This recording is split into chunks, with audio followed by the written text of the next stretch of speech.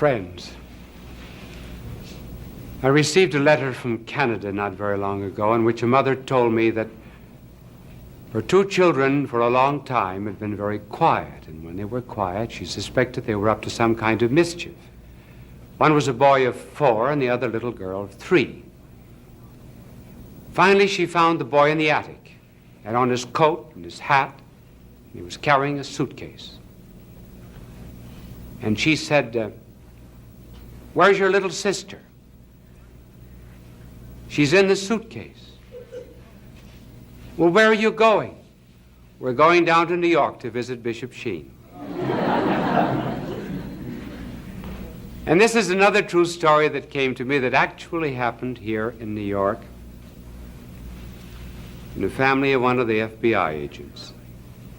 The little girl, aged 3 or 4, was watching her father paint a crib. "What are you doing, Daddy?" "Painting a crib." "What color?" "White." "Where did you get the paint?" "Bought it at the store." "Where did you get the brush?" "Bought it at the store, too." "Daddy, at what time does the soul come into the body?"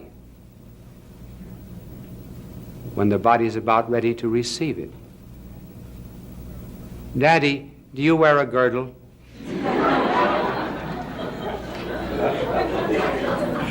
That's an example of how a child's mind flies from one subject to another, and shows also the result of listening to television.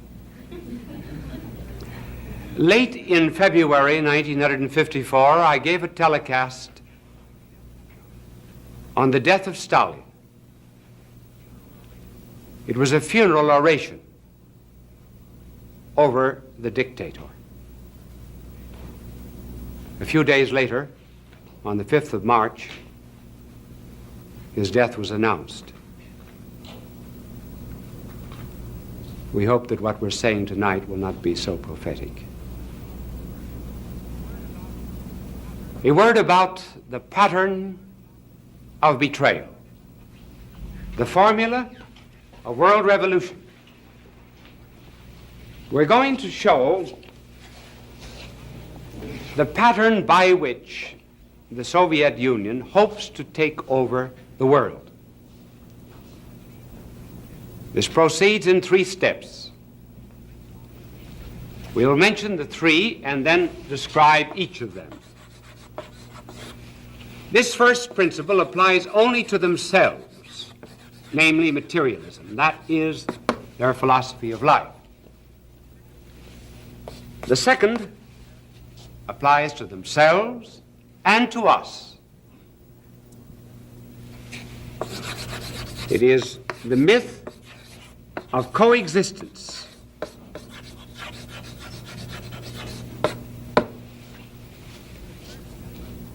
And the third step, which applies to both Soviet Union and ourselves, is destroy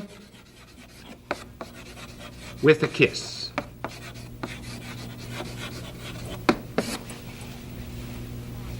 Now, this is the formula by which they have taken over so far about 33% of the world. 37 out of 100 people in the world are subject to them according to these ideas. First, materialism. Materialism, as you know, is their philosophy of life, which believes there's nothing but matter. There's no God, no soul. Now, why these 2 denials? They're intrinsic to communism. Why no God? Well, we can understand that. The second paragraph of our Declaration of Independence states that it is a self-evident principle that the Creator has endowed man with certain unalienable rights. In other words, we have rights and liberties, like freedom of press, freedom of conscience, freedom of association, which do not come from the government, which do not come from the will of a majority, which do not come from a state, These rights and liberties come to us from God. Therefore, the state cannot take them away. That is our principle. Now, they have to deny God, because that would be another source of rights than the state or the party. In order to build up this structure of theirs in which the party is supreme, they must hold that any right or liberty which the individual possesses comes to him from the party. Therefore, the party can take the rights and liberties away. But if there was a God, then there would be rights not dependent on the party. So they have to deny God. The second principle, there is no soul. Why that? Because the soul contemplates. And when one contemplates, one establishes personal relations with a reality which is not subject to social control. In other words, no one around me in society can control my thinking and my meditation. Now, communism cannot allow that. There may be no thoughts, no conclusions, no plans, except those approved by the government. And so their procedure is, first of all, to forestall any kind of contemplation by the soul by saying that it is a sign that you're a neurasthenic. And secondly, if you have any thoughts of your own, then by purges, by persecution, by drugs, and by starvation, and by standing for hours and hours before a blazing light, your thoughts are driven and expelled out of you. There can be no soul. Otherwise, you would have a retreat into which you could enter, where you would be free from the state. That's principle number one. The next, in order to destroy, there must be the myth of coexistence. Lenin said, communism must make use of every lie, deceit, strategy, in order to further world revolution. Manuilsky, addressing the Soviet Congress, repeated something from the ancients: those whom the gods destroy, they must first make blind. In other words, they must deceive them. So the communists say, let us coexist in peace, peace, peace. At the end of the 19th century, there was the great Russian writer by the name of Soloviev, who in his work, The Three Conversations, said that in the 20th century a book would be written entitled Peace and Cooperation Among All Peoples, and it would be written by a dictator who would conquer the world. Do you know of any book that has a title like that?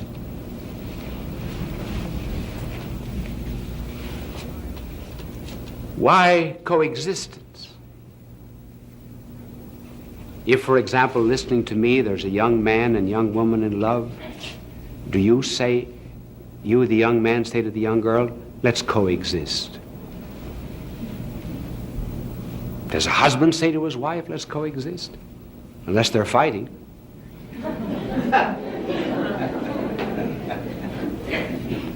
New York does not say to New Jersey, let's coexist. Canada does not say to the United States, let us coexist. Why then does Russia ask for coexistence? Interesting, isn't it? Here's the answer. Here are 5 houses. House 1, 2, 3, 4. Oh, that's all we'll draw. Houses. In this house is Mr. A, who believes in heating his house by gas. Mr. B believes in heating his house by electricity. Mr. C, oil. Mr. D, what have I got left? Coal. I don't, in case there's some sponsors around the nation that are in this business, I want to get them all in.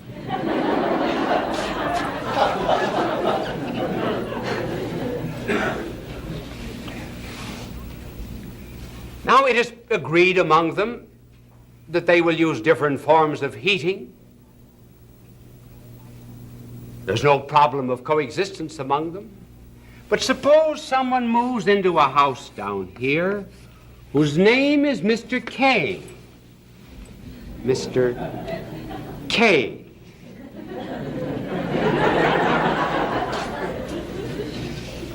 Mr. K is an arsonist. Mr. K believes in heating his house with the kindling from A, B, C, and D. Can there be that kind of coexistence? Why does he ask for coexistence? He asks that the peaceful relations that exist between nations, free-loving nations, should be applied to a nation that does not believe in peace and justice. There cannot be that kind of coexistence. It is only a sham and a snare and a delusion. Why do they ask then for coexistence? Well, the answer was given in an article that appeared in the Communist magazine of Russia in 1954, written by Leon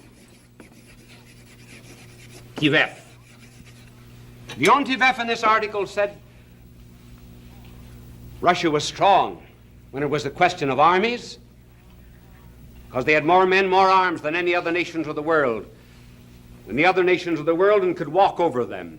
But now there's come the atomic bomb, and since the atomic bomb,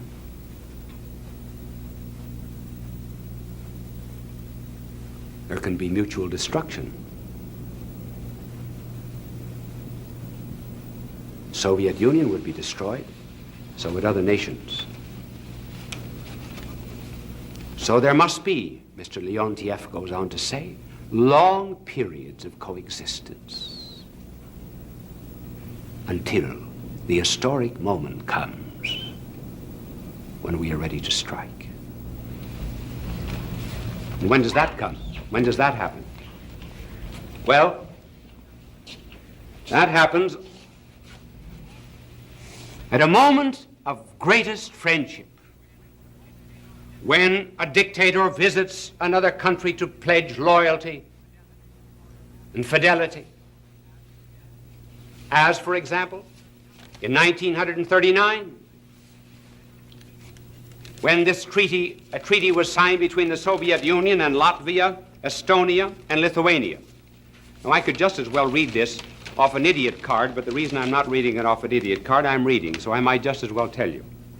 And an idiot card, I'd have to do this. I could use a teleprompter, and then I'd have to do this. So we're reading. These are the words of Molotov. These pacts of mutual assistance strictly stipulate the inviolability of the sovereignty of the signatory nations. Note that. The inviolability, in other words, of Estonia, Latvia, and Lithuania, 1939. And the principle of non-interference in each other's affairs. We stand for the scrupulous observance of these pacts on the basis of complete reciprocity. And we declare that all talk is nonsense about the Soviet Union trying to Sovietize the Baltic countries. That in 1939. Sovereignty of Estonia, Latvia, Lithuania. They manage their own affairs. We will not Sovietize them. That was 1939, the moment of greatest friendship. 1940, Latvia, Estonia, and Lithuania were wiped off the earth as nations.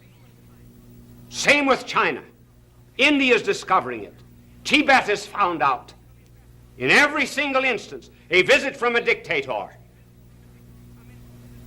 Some instances in Eastern Europe, long parades, visit to the operas, pledges of friendship, drinking toasts one to another, and then destroy with a kiss.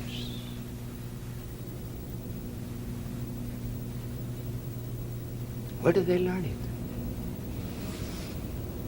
Where did this formula come from?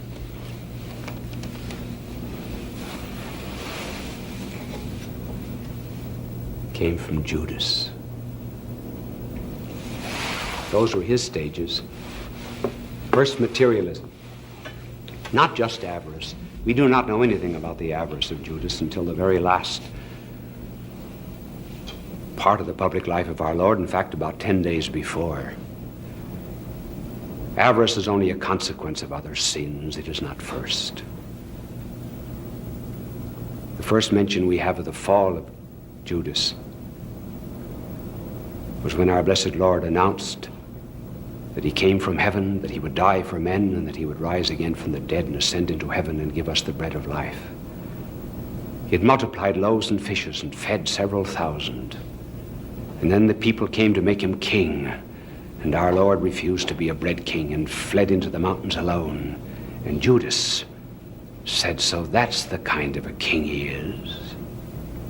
He's interested in spirituality. He's giving himself as the bread of life. Why doesn't he be an economic king? And at that mention of the Lord giving himself as the bread of life, you find written for the first time that our Lord knew who it was who would betray him. He never believed. He was a materialist to the core.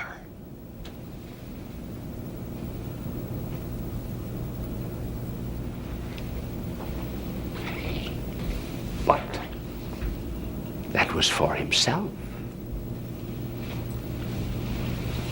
Materialism is for the Soviet Union. Judas's second stage. Coexist with others. Lie. Deceive. Put on a false front. Pretend you're a friend. Never let anyone know your intentions. Talk of peace, peace, peace. Did anyone suspect Judas? Of course, our Lord did, because he is the Son of God. But I mean among men. John was the only one. And John kept it to himself. None of the other apostles knew. I think Peter was under more suspicion than Judas. Because when our Lord called Peter Satan, that's when there opened up a quarrel among them as to who would be first. The mother of James and John interceded for her sons, and after the transfiguration, the apostles quarreled as to who would be first. Even at the Last Supper, they quarreled. You say, but they knew that Judas was avaricious? Not necessarily. The night that Mary Magdalene poured ointment over the feet of our blessed Lord, all the other apostles, with the probable exception of John, joined in, saying, why could not this have been sold for 300 pence and given to the poor? Remember that Judas alone did not say it. The others did not know it was he. And then in the night of the Last Supper, our blessed Lord said, he who sits at table is about to betray me. And so each asked, except John, is it I? Is it I? Is it I? Is it I? Brazen Judas, coexistence to the end. Is it I? Peter said to John, ask the Lord who it is. Our Lord said it was the one who would dip his finger in the dish. He reached it to Judas, but the others did not know the sign. And when Judas left, they did not know the business of Judas. The other apostles thought that Judas had gone out either to distribute money to the poor under the direction of our Lord, or else to buy food for the feast. They did not in any way suspect that he was a traitor. Deceit, friendship, pledges of cooperation, mutual assistance, love. Oh, we're brothers, all of us. And then the third stage. When you have them all fooled, then it is that our blessed Lord meets him. And Judas came down over the brook of Kedron. Excuse me for looking down there, changing my watch. I want to find out how much time I've got. Only 1 minute left? Oh, the watch is wrong. I'm sorry. I had 2.5. I have 1 minute left. So we'll have to hurry very quickly. And Judas came down over the brook and threw his arms around the neck of our blessed Lord and blistered his lips with a kiss. And our Lord said, "Friend, wilt thou betray the Son of Man with a kiss?" Oh, yes. Some things are so sacred and divine, their betrayal must always be prefaced by some mark of affection. My fellow men, my countrymen, beware, lest you say, wouldst thou betray America with a kiss?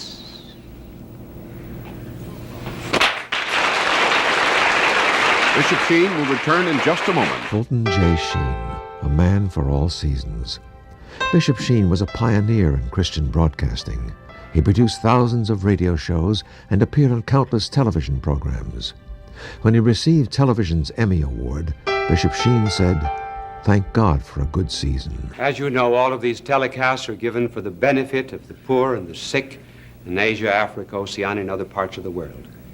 It is interesting how some people make sacrifices in order to help our cause. Here's a letter that just came in. I received an invitation to attend a dinner for the Soviet dictator at the cost of $12.50 per person. Inflation or not, there are better uses for $12.50. Therefore, I am enclosing my check for $12.50 for all of the poor and the hungry of the world for whom you care, and for those behind the iron and bamboo curtains. Perhaps sometime you'd like to do without a dinner with the Soviet dictator for the sake of the poor. Would you? Bye now, and God love you. Fulton J. Sheen is indeed a man for all seasons. He walked a paced beat, allowing us to glimpse his nature and ponder its worth and to enjoy its presence. When I was coming in to the airport the other day, there was a soldier who evidently had been away for a couple of years, and his wife was there, young wife, to meet him at the airport, and they had a very warm embrace, and he was looking over her shoulder as he embraced her, and he says, "Oh, there goes Kitty McCoy." And the wife said, "Who is she?" Oh, he said, "She was the stewardess on our flight." She said, "How did you know her name?" Oh, he says, "The names were up on the bulletin board. Pilot, co-pilot, stewardess." She said, "What was the pilot's name?"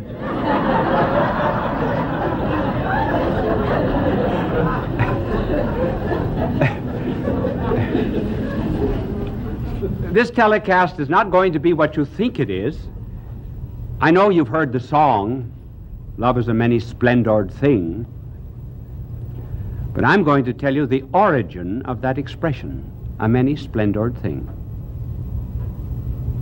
I'm going to tell you who really wrote it, but I will tell you in a minute.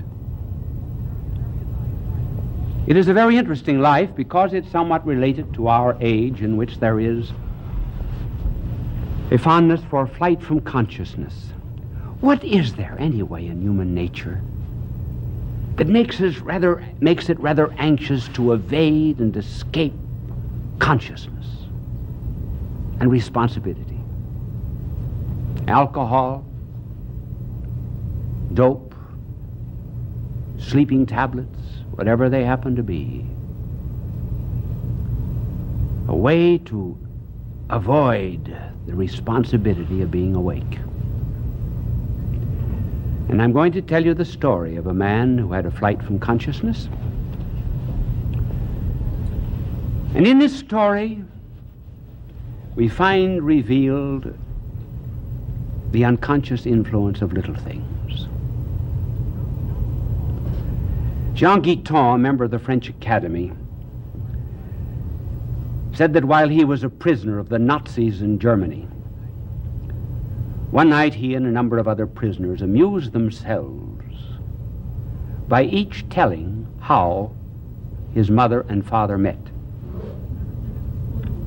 Circumstances were quite accidental. Sale of a lottery ticket, chance meeting, fall on the street, blind date, wrong address. And here, as a result of these trivial things, here were men that were prisoners under a totalitarian system. It was the little thing that influenced the life of Francis Thompson, who wrote, "Love is a many-splendored thing." And what was that small thing? Well, this young man started for the priesthood, and he was told he did not have a vocation. And then he went into medicine. His fondness was literature. He used to produce as a little boy the plays of Shakespeare for his sisters. And as he was studying medicine in the University of Manchester, he roamed into every bookstore, and at that particular time there had just appeared a Life of De Quincey. He evidently had mentioned the fact that at home that he loved De Quincey. And on his 17th birthday, his mother gave him De Quincey's famous work, The Confessions of an Opium Eater.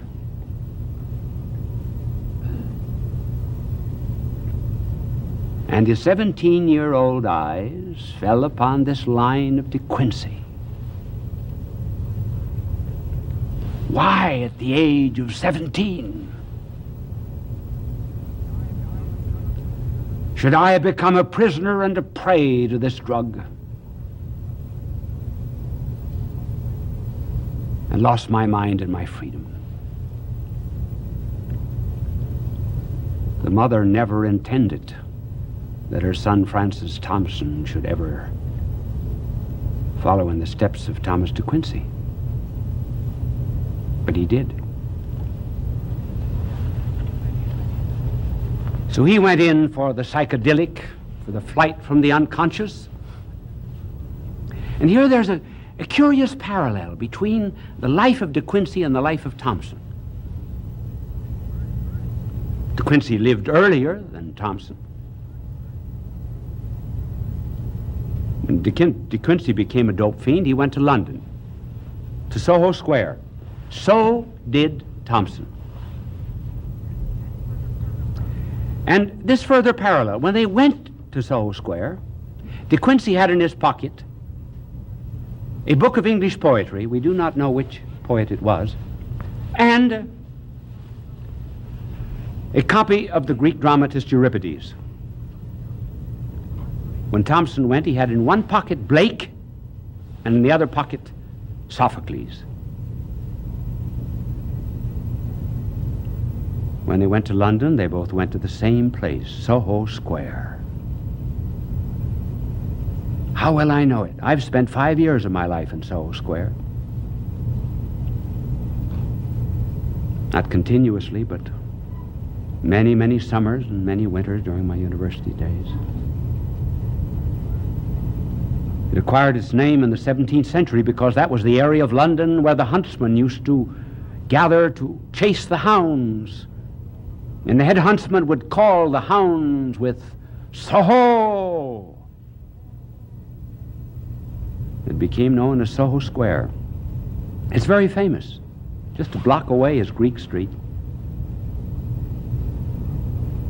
That's where Karl Marx lived for a third of his life, in great poverty. This founder of communism, his wife said, "Karl, if you had only made more capital instead of writing about it, the whole world would have been better off." I had many experiences there in Soho Square with the type of person, of course, that Thompson actually is and was. But here are the two of them, decades apart, roamed the street. Thompson made a little money here and there, chasing cabs, holding a horse, selling matches, running an errand. Just a bum. A bum. Emaciated and thin, and drugged and hunger. No one was there to befriend him except a woman of the streets.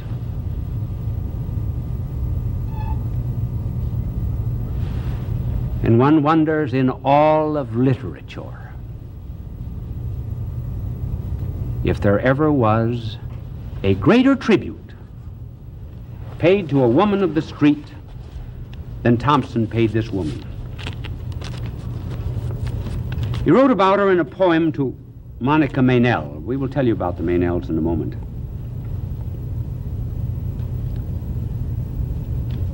And this is his description. Then there came past a child like thee, a spring flower, fallen from the budded coronal of spring. A spring flower, fallen from the budded coronal of spring. And through the city streets blown withering, she passed, oh brave, sad, loving, as tender thing, and of her scant pittance did she give, that I might eat and live. Then fled a swift and trackless fugitive. The same thing happened to De Quincey. When he was in the depths of poverty and degradation, a woman of the streets befriended him. We know her name. Her name was Anne.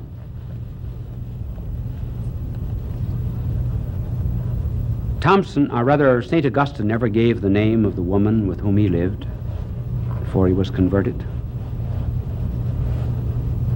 Thompson never gave the name of this one. But he went out and searched for her. Now, why he searched is interesting. He gathered up in dusty old, dirty papers an article and a few poems, and he sent them to Wilfred Meynell, who was the editor of Merry England. And in the letter to Wilfred Meynell, he said, "You may return the manuscript and the rejection slip to Francis Thompson, Charing Cross Post Office, general delivery." He never heard for 9 months.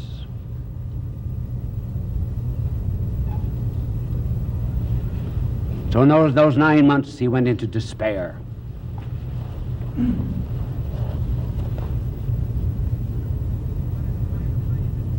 He wanted to find this woman. He could not do it. She said to him as she left, "You are always a genius. You're above me."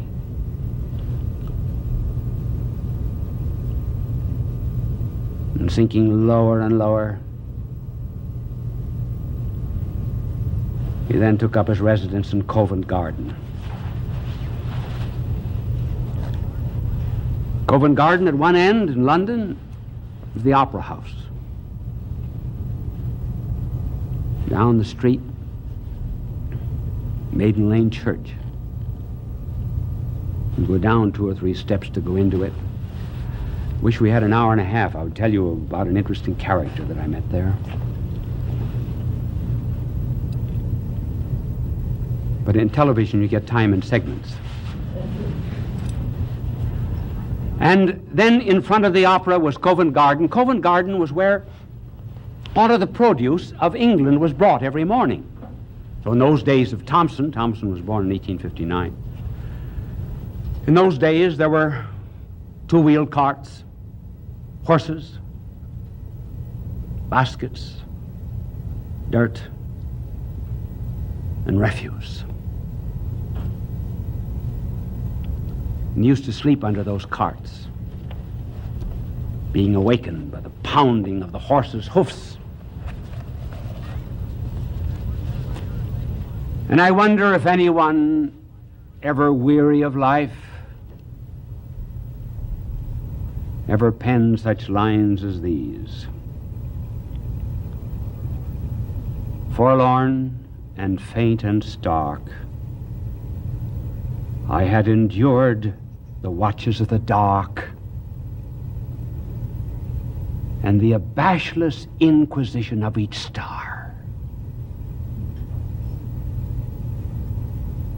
The abashless inquisition of each star. Yea, was the outcast mark of all those heavenly passers' scrutiny.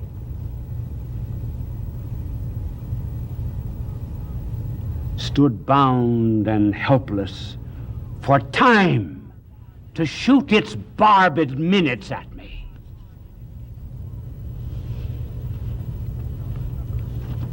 Suffered the trampling hoof of every hour in night's slow-wheeled car.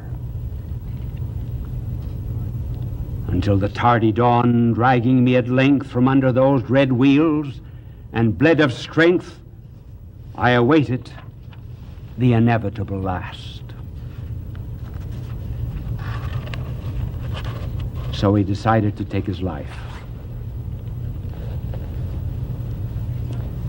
And he'd saved up his pennies,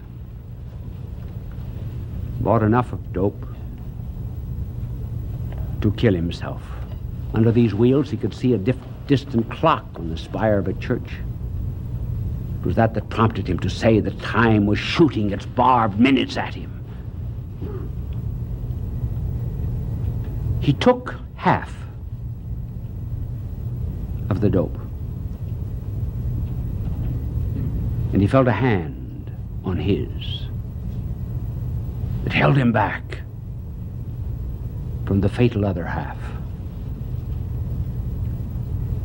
He said it was the hand of Chatterton, a poet that had lived 100 years before.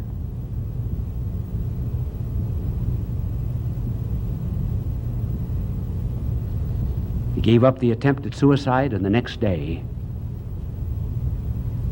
news came to him that Wilfred Meynell wanted to see him. The 9 months had passed. Now begins a kind of change of life. Wilfred Meynell attempts a cure, sends him out to the Abbey of Storrington. And here we enter into a new phase of his life. His love of children. And as he roamed about the fields of Storrington, he met a little girl whose name was Daisy Stanford.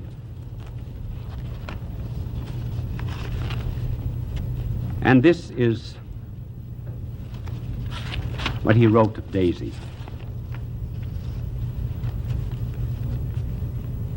Here she came with a few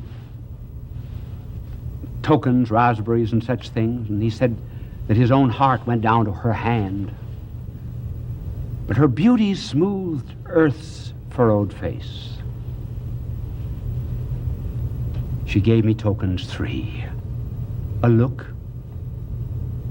a word of her winsome mouth, and a raspberry. The fairest things have fleetest end. Their scent survives their close. But the rose's scent is bitterness to him that loved the rose. We will continue in a moment. How often an adult will have an inexpressible love for a sweet child? It's unreciprocated. They do not know they're loved. And this is Thompson's pain. She went her unrepentant way.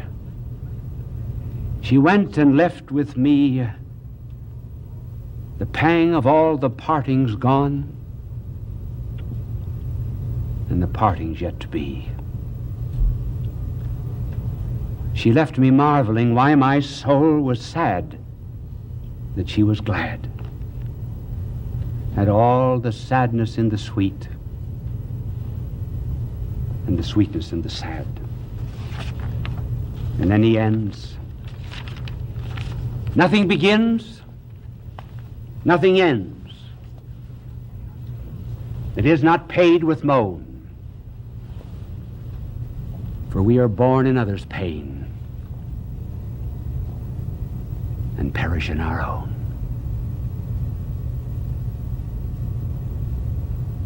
The love went out from his life. But then he found some solace in little Olivia Meynell. Sweet little child, but here was his life spoiled.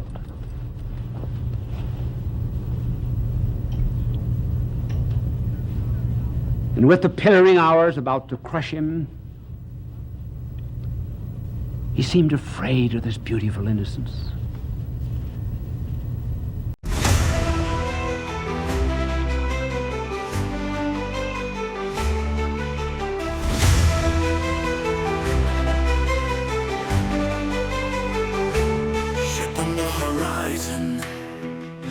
Whispering tales, once a pirate's song,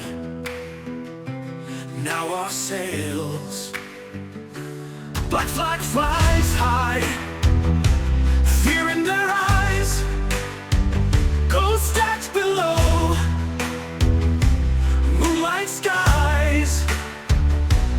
I, captain, sail through storm and gale. Trail, never frail. Rise with the sun, battle's just begun. Echoes of the gun, life on the run. Deep waters calling, stars are falling. Sea whispers secrets, endless and stalling. I, captain, sail through storm